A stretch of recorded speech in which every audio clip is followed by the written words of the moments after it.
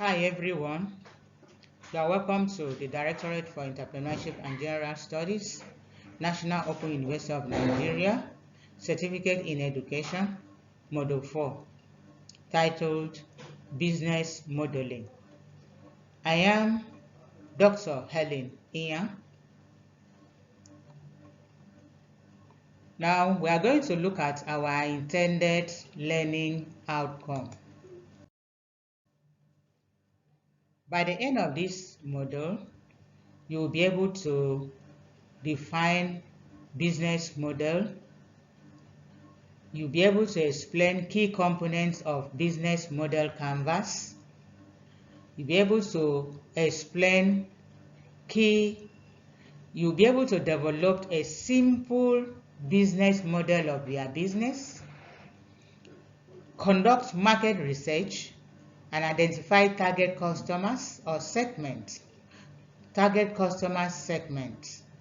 You'll be able to highlight the concepts of value proposition, differentiates between revenue models and pricing strategies, as well as creates financial projection. Now, what is business model? As the name implies, business model refers to a company's plan for making profits. A business model is a framework for how a company will create value. It identifies the products or services the business plans to sell, target markets, and any anticipated expenses. Business model canvas. The basic of the business model canvas, that is what we are going to look at it. The business model canvas is a strategic management tool that serves as visual framework for developing, describing, and analyzing a business model. This was developed by Alexander Osterwalder and Jeff Pecknow, and has become a popular tool for entrepreneurs and business to map out their key elements and components. Visual framework for developing, describing, and analyzing business model.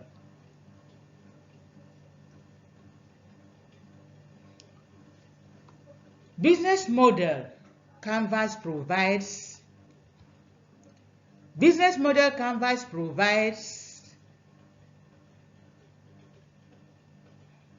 a structured way to depict and understand how business operates. It is a one-page template that helps entrepreneurs and businesses or business leaders to outline their business model, making it easy to communicate and refine their strategies. It is used to visually represent how a company creates, delivers, and captures values. Let's quickly look at the key components of business model. The key components of business model. This includes key partnership, key activities, value proposition, customers relationship, customer segment. Let's look at them one after the other. What do you mean by customers?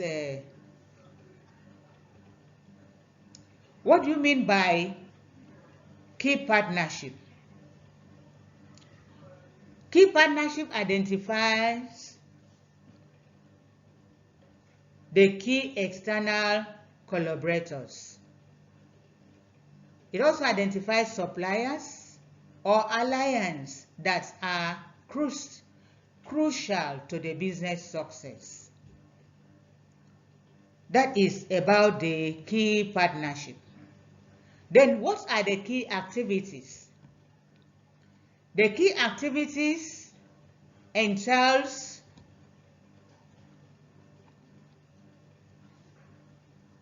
outlining the essential actions and processes the business needs to carry out in order to deliver its value proposition.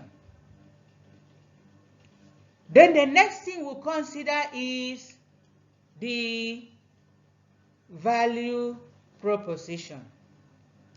So what do you understand by this? A value proposition is defined as a unique value and benefits the business offers to its customers. Then the customer's relationship is now detailing how the business interacts with and maintain relationship with its customers. The way and manners the entrepreneur relates with his intended buyers or customers.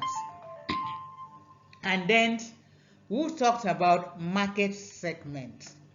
This has to do with the market segment has to do with the specific groups of customers. That is identifying specific groups of customers a business intends to serve.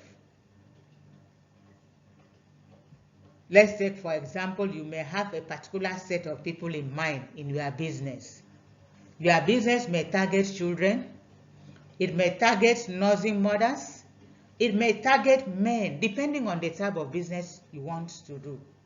And it may target a particular segment in the society. Then the next thing we consider is in business model is key resources. What are your key resources as far as business modeling is concerned? This has to do with listing the critical assets, infrastructure, and resources required to operate a business. That is about the key resources. Then what about channels? What do you mean by channels? Channels is just describing the various ways the business reaches and communicates with its customers. That's a channel. You might pass through different channels to communicate to your intended buyers or your users. Maybe through social medias, through network, or any other platform. You can use Instagram, you can use WhatsApp, or whatever in communicating with your intended customers. Then we'll look at the cost structure as well as the revenue structure. The cost structure simply specifies the expenses and costs associated with running the business, while the revenue streams identify the sources of revenue and how the business will earn money. So all this, it gives you about 9 building blocks. So that is the business canvas is made up of 9 building blocks. As you see, if you count this, you see that there are 9 in number. 9 building blocks. Let's quickly look at a typical business canvas of a cassava production firm. Here we have the key partnership. Under the key partnership, we have all this bakery, Menzies Suit Bakery, Market Square Bakery, Hillson Bakery, Switch Bakery, as well as textile industries. These are the key partners. Then activities. In activities, we have the activities include cleaning of the production units or the factory, purchasing of cassava tubers, peeling of the cassava tubers, washing of cassava tubers, grating of cassava tubers, bagging and drying of pests, shivering of semi-dry pests, drying of cassava chips, frying, bagging, and packaging. These are the key activities. Then we have our value proposition. High quality cassava products is required. That is, we make it into gari and flour at affordable price. Then dry cassava waste for animal feed. This is still value added. Then cassava starch for industrial use. Then customer relationship. We can relate with our customers through phone calls, Facebooks, Instagram, one-on-one discussion. And customer segments. This has to do with institutions that will relate with the segments we make our supplies, that cassava products to the institutions, business units, restaurants, hotels, and eateries, as well as household and farmers, because there are some farmers that produce cassava but they don't go into production of this cassava into a different products or processing of this cassava. So they buy from those that process them into finished products. Then the next thing is the key resources here. Under key resources, we have cassava tuber, water. Why do you need water? For washing? Washing the tubers before grating. Packaging materials, petrol, laborers. And then under the channel, we have agents that will help in passing out information or distribution of the finished products, retail outlets, as well as direct sales. You can sell directly to your distributor, right from the factory. They will now get it to other places. Mind you, production will never end unless it has reached the hand of the final consumer. The next thing we'll look at in cassava production firm is cost structure. Cost structure, how much does the tuber, the cost of buying this cassava tuber? How much is the cost of fuel for powering plants? How much will be the cost of bagging as well as packaging?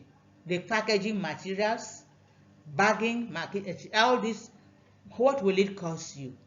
And then how much will you spend in water? How much will you spend on salary or wages for your laborers? Then how much will you spend on adverts and logistics? All these forms a cost structure. And then under the revenue stream, that is the source of your revenue, will come from the sales of your gari, sales of flowers, sales of starch, as well as sales of animal feed. This is a business model canvas of cassava firms. Then we're also going to look at market research and customer segmentation. How to conduct market research and identify customer segments. This has to do, market research is a process, we have to look at it. It is a process of gathering and analyzing information about your target markets to make informed business decisions. Because if you don't do that, you'll not be able to make a decision that will be for the betterment of your organization. To identify the target customers customer segment, we have to do the following. The first thing you need to do is begin by defining your overall market, and then you now narrow it to specific segments based on demographic, psychographic, or other relevant criteria. Physiographic or other relevant criteria. Then you use techniques like survey. When we talked about techniques like survey, when you know survey is all about carrying out research about a company. You may do that through interview, the use of questionnaires, and data analysis to understand the needs and characteristics of your potential customers. Then the next thing you do is to identify the common pain points or problems shared by members of your target segment.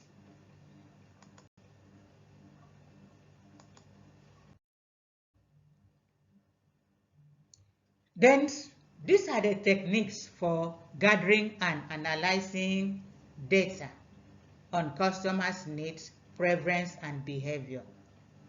You now look at what is survey. Survey.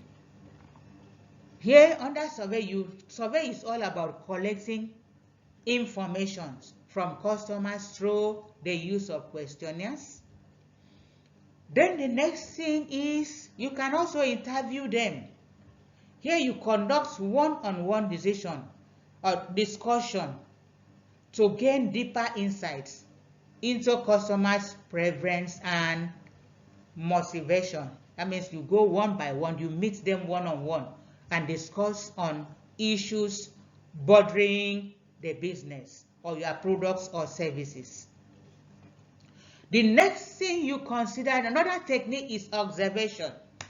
Here, you study customers' behavior in real-life situations to identify patterns and preference.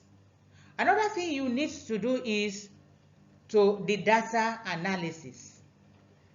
You will be able to analyze data from sources like website traffic, sales records, and social media to identify trends and preference. So let's quickly look at the importance of segmenting the market to tailor products and services to specific customers group. Here, market segmentation is the process of dividing a broad target market into smaller, more manageable segments. This is important because, number one, different customer segments have unique needs and preference. It's not every customer segment that has a similar need. All of them has a unique special needs and preference. So tailoring products and services to specific segments increases their relevance and appeal. It allowed businesses to focus their marketing efforts and resources more effectively on the most profitable segment. Segmentation can also lead to improved customer satisfaction as customers receive offerings that align closely with their requirements. So by conducting market segment or research and effectively segmenting the market, businesses can better meet the needs of their customers and create strategies that are more likely to succeed in the marketplace. Let's quickly look at the design, the value proposition designed. The concepts of a value proposition and how to create a compelling one for a business. Now, a value proposition is a statement that communicates the unique value and benefits your business offers to your target customers. So to create a compelling value proposition, you have to understand your target customer and their needs, desires, and pain points. You also have to identify what makes your product or your service distinct from other competitors. You have to create a clear and a coincide message that highlights the specific benefits customers will receive. You must state it, spell it out. At the end of, by the time they start using your products or patronizing you, what are the benefits they will derive from patronizing you, from making use of your products, or now the services you render to them, what will they stand to gain? Also, you ensure that your value proposition resonates with your audience and is easy to understand. Let's quickly look at the importance of solving customers' problem or fulfilling their needs. There are a lot of things their customers will stand to gain by you solving, and what you also stand to gain by solving their problems. Here, it is very crucial because solving customers' problem is very crucial because customers are more likely to engage with and purchase from businesses that address their pain points or fulfill their desires. So meeting customers' needs builds trust and loyalty, leading to respect or leading to repeated business and positive word of mouth referrals. Though by the time you do this, they build trust in you. They will be able to repeat coming to you, and also refer other people. So and so products is very good. Why don't you make a trial or try the person and patronize the person and see? Then understanding and solving customers' problem is a function for creating a sustainable and valuable business. How do you communicate? How do you communicate the unique value your businesses offers? Now let's look at how you as an entrepreneur will be able to communicate a unique value you offer, your business has to offer. How to communicate effectively and also attract and retain your customers. Number one, use your value proposition to clearly convey what sets your business apart from other competitors. You must state out the outstanding thing, one unique thing that makes your business a unique or special, or that is set apart, that is outstanding from others, that makes it outstanding from others. Also, you highlight the specific features, benefits, or advantages that customers will experience. What are they? What are they going to experience in the course of patronizing your business, in the course of allowing you to render services to them? What are they going to gain? What are the advantages? What will they experience? Will it be better than others? Also, you'll be able to also incorporate your unique selling points into your marketing materials. Where and where do you sell? Where are your branches and orders? Your website must be incorporated, and other communication channels must also be incorporated when making your marketing, That's when marketing your products or services. Consistently reinforce your unique value through branding and messaging to make it memorable and recognizable. You reinforce, since we are in a dynamic and a changing world, what you need to do is to continue, at least add values to your products or service from time to time. You work in line with the trends. As the world changes, your business too, you have to add values to it. So by creating a strong value proposition and effectively communicating your business unique value, you can capture the attention of potential customers and also build lasting relationship based on meeting their needs and expectations.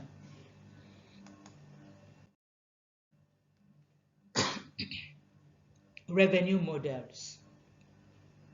The different revenue models and pricing strategies are, we have this one, subscription.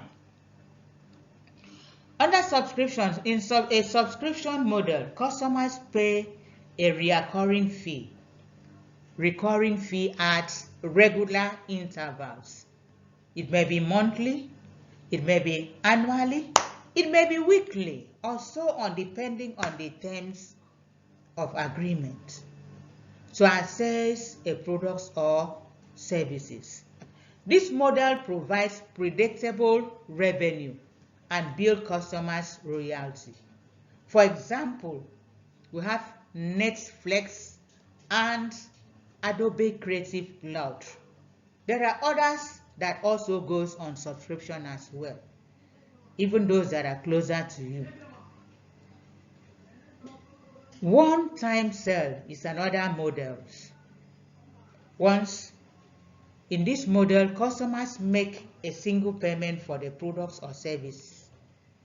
It's a straightforward and can be effective for products with clear one-time value proposition, like smartphone or a book.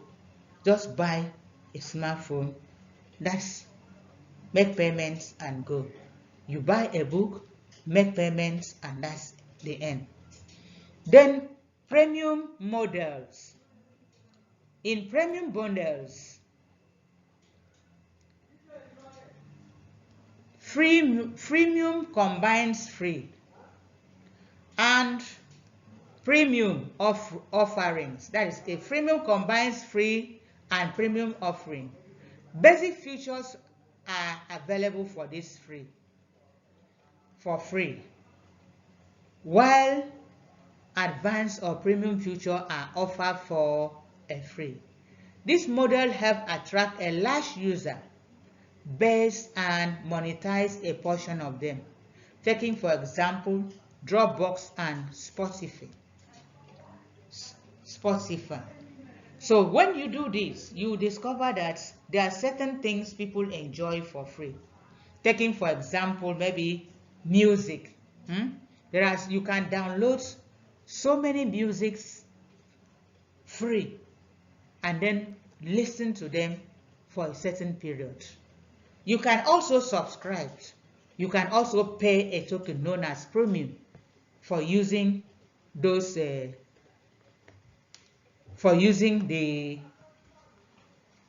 items. Let's quickly look at the factors to be considered when setting a price. Factors to be considered when setting prices.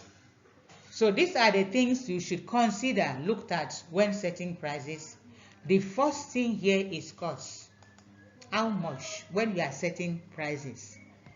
Here you must understand your production and operating costs. As you must understand before you set a price. You attach a price to your products or services. Ensure that your price covers this cost while allowing for profit margin. Another thing you can also consider is competitive analysis.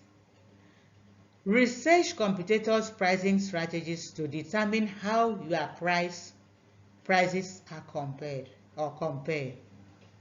You can choose to undercut, match, or differentiate based on added value or value added.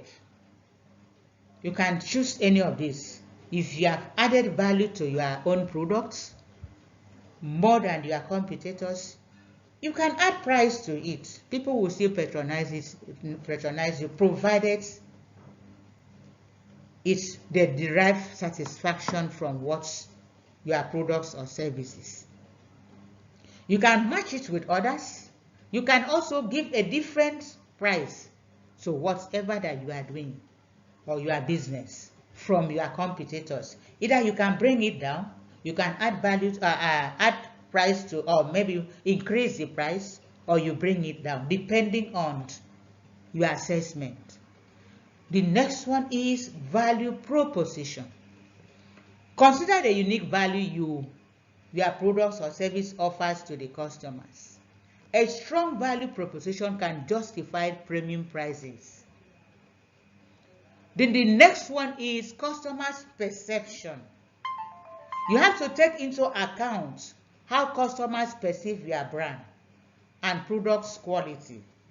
A high quality brand can often charge higher prices to a high quality brand. Market demand. Here you assess the elasticity of demand. If demand is inelastic, that is not very responsive to the price changes, you may have more flexibility in pricing. Customer segmentation. Segment your market and consider different prices strategies for different customer segments based on their willingness to pay. If you have a product that can be graded, comes into grades, you know that at least those that will maybe offer a smaller price to it, you attack it, you now do it and give it to such people. And those that can afford a higher price, you also make sure that you now segment it, you now grade your products and then to such people, produce it to such people that will offer a higher price. Then psychological pricing. This has to do with you use pricing psychology such as setting price just below a round up number. Maybe after market survey, you discover that everybody is selling, let's take for example a product of 5,000 naira, but in your own case, you may decide to either round up the money instead of selling it, or instead of maybe some people are selling maybe 5,990 naira. You can now decide to say, okay, I am selling my own 6,000 naira. Or you can also bring it down. Say, no, I'm not selling it that way. I'm selling it in a different way. Looking at this has to do to influence purchasing decision. You are doing this to influence purchasing decision. Then promotion and discount. Plan for occasional discounts or promotion to attract new customers or boost sales during specific periods. That's what you do. Taking for example, maybe during Christmas period, you can now plan to how to discount for them, your customers. On that Christmas day, anybody that gets into your organization for maybe to make purchase, you can do discounts for them. Or you can also conduct a sales promotion. As they buy, you will also give them one thing or the other, or discount. This will boost your sales during that period. Then dynamic pricing. You consider dynamic pricing strategies that adjust price based on real-time factors like demand, time, and inventory level. When the demand is high, you can increase the price a little bit. At least that is at least to maintain market equilibrium. And also depending on the time too, there are certain times you may decide to adjust your pricing, especially when you know that there is no money, people are no longer buying the goods. You can bring down the price a little bit to make people patronize you. Then testing and feedback. Continuously monitors and gather feedback on your pricing strategies to refine and adopt them based on a customer's response and market conditions. Don't just fix a price and then go home and sleep. You have to, from time to time, get a feedback from them, because a time is coming that maybe when a substitute product comes up and the price is lower, you see that your customers may one way or the other trying to maybe boycott you to go and buy the one with the substitute that has a lower price than your own. So there is need for you to do testing, market testing, and also gather feedback from them. Why are they not patronizing you as they used to do again? They will tell you, and then by so doing, you can now bring down your price so that you still continue to maintain your customer. So setting the right price is a critical aspect of a business success, and it directly impacts revenue and profitability. So consider these factors carefully to strike the right balance between attracting customers and generating profit. Let's look at the financial projection.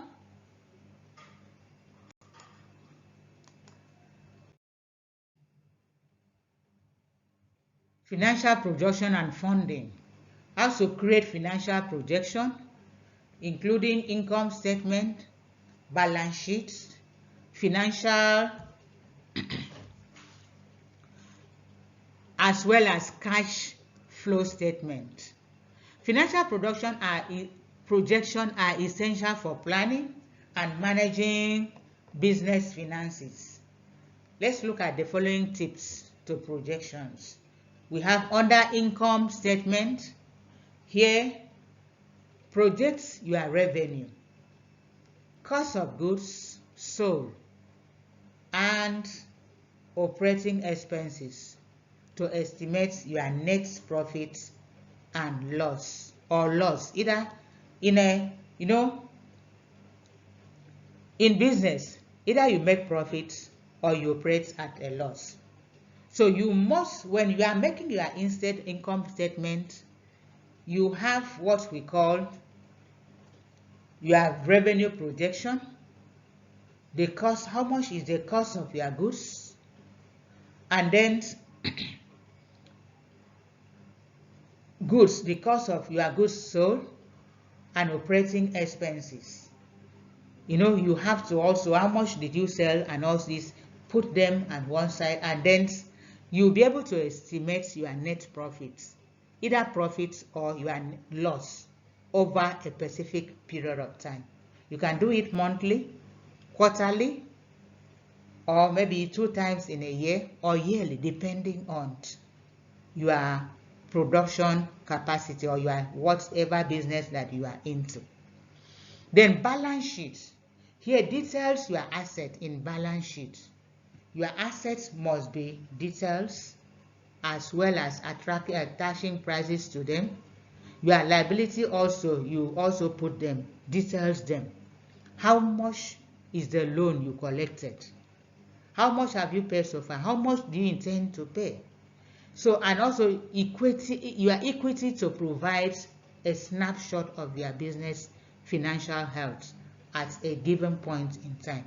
So by the time you put your asset aside, your liability, and then if your assets exceed your liability, that means you are in a very good business footing. But if the liability exceeds your assets, you are operating, in fact, one day you may be out of your business. Then in cash flow statement, forecast the movement of the cash into and cash out of the business. That's the cash outflow, the cash that is going out of your business, to ensure you have sufficient liquidity to cover expenses and investment. So you must look at how much is the cash inflow and how much is the amount of cash that is going out. You should look at that so that at the end of it, you'll be able to know if you can now have enough money in case of uncertainty, that you'll be able to liquidize to cover your expenses. In your assets, do you have much, or what are those things you can lay hand to sell in order to cover your financial obligations or things like that? And how much is coming in, how much is going out? So you should consider this. But if at all every time you keep spending, at the end of it, nothing comes in, you have to go back and start checking about your business, because you may have problem tomorrow. So use historical data and make assumption about future performance to create realistic projection. That means there is need for record keeping. You must keep records if you really want to be able to project all these balance sheets, income statement, cash flow statement, and all this. You must have a record. So these documents are critical for budgeting, when you are also seeking for fundings and making informed financial decisions. If you don't have these documents, you may have problems at the long run. The basic of startup. What is the basic of startup funding options? We may have something like such as bootstrapping, angel investors, venture capitals, and crowdfunding. So let's look at one of them, one after the other. We have bootstrapping. So when we talked about bootstrapping, that is financing your business with personal savings. That is what you do. Revenue or profits without external investment. That means you might have been saving. You finance your business from your savings, what you have. It will provide you full control, but your business will be limited. The growth will be limited gradually, since you are the only person that is funding your business. Then if you also, another way of startup funding is through angel investors. So here, high net worth individuals who provides capital to startup in exchange for equities. These people often offer expertise and also connection in addition to the funds given. They can advise on the way you'll be able to run your business successfully. Then we have another way of funding through venture capital. It's an institutional investors who provide a larger sum of capital to startup in exchange for equity. It's not free, at least they will become a shareholder to your business or company. These people invest in a high growth, scalable business. By the time they see that your business, there is that prospect and your business is growing, that is when venture capital will come in to become a shareholder in their organization. They'll give you the fund you need, and then at the end of it, whatever that comes up will be shared. Crowdfunding. Here is raising funds from a large number of people through online platforms like Kickstarter or Indigo. Contributors may receive rewards or equities in return. That is, those people that help in crowdfunding, they will also be paid in returns. Either you give them rewards, wages, or whatever, or you in returns you give equities in returns. So each funding option has its own problems, advantages, and disadvantages, and the choice depends on the business stage, your business stage, your goals and financing needs. That's what you do. Then the last but not the least here is how do you prepare your funding page. So you can have preparing for funding pages is essential to make a compelling case to potential investors as follows. We have business plan. So when you are doing this, you must make sure that you have a good business plan. Develop a comprehensive business plan that will outline your vision, your market opportunities, your competitive advantage, and your financial projection. That's in business. That is in your business plans will have to be embodied with all this. Then pitch deck. That you create a concise visual engagement presentation that highlights key aspects of your business, which includes the problem you are going to solve, or the problem you are solving, your solution, your market size, your revenue models, your team, that is collaborators, and your financials, your financial analysis. So all these things will be there. Then when you are practice and refinement, you have to rehearse your pitch to ensure you can confidently and clearly communicate your business idea. It's not just to have a business idea, but will you be able to communicate and then to attract customers, also convince people that your business or your products or services is good to be invested on. So you seek feedback from your mentors as well as your advisors. Ask questions when you don't, what areas you don't understand. You need to get advice from people.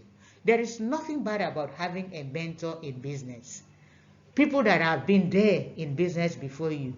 You can stay under them, let them teach you what you need to do, so that at the end of it, you become competent in what you are doing. Know your numbers. Be prepared to answer questions about your financial projections, including your revenue, your expenses, and your profitability. Here, a well-prepared pitch can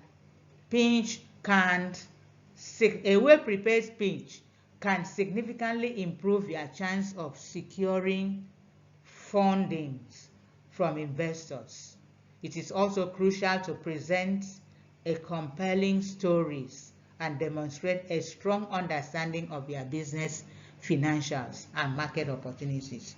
You have to do this and make sure that you study your business very well. You understand it. You have everything at the tip of your finger before you go into, so that when you are being asked, then you know what is entailed, what is required from you. Thank you very much for listening. See you in a real-time or live class section. Thank you very much. Bye for now.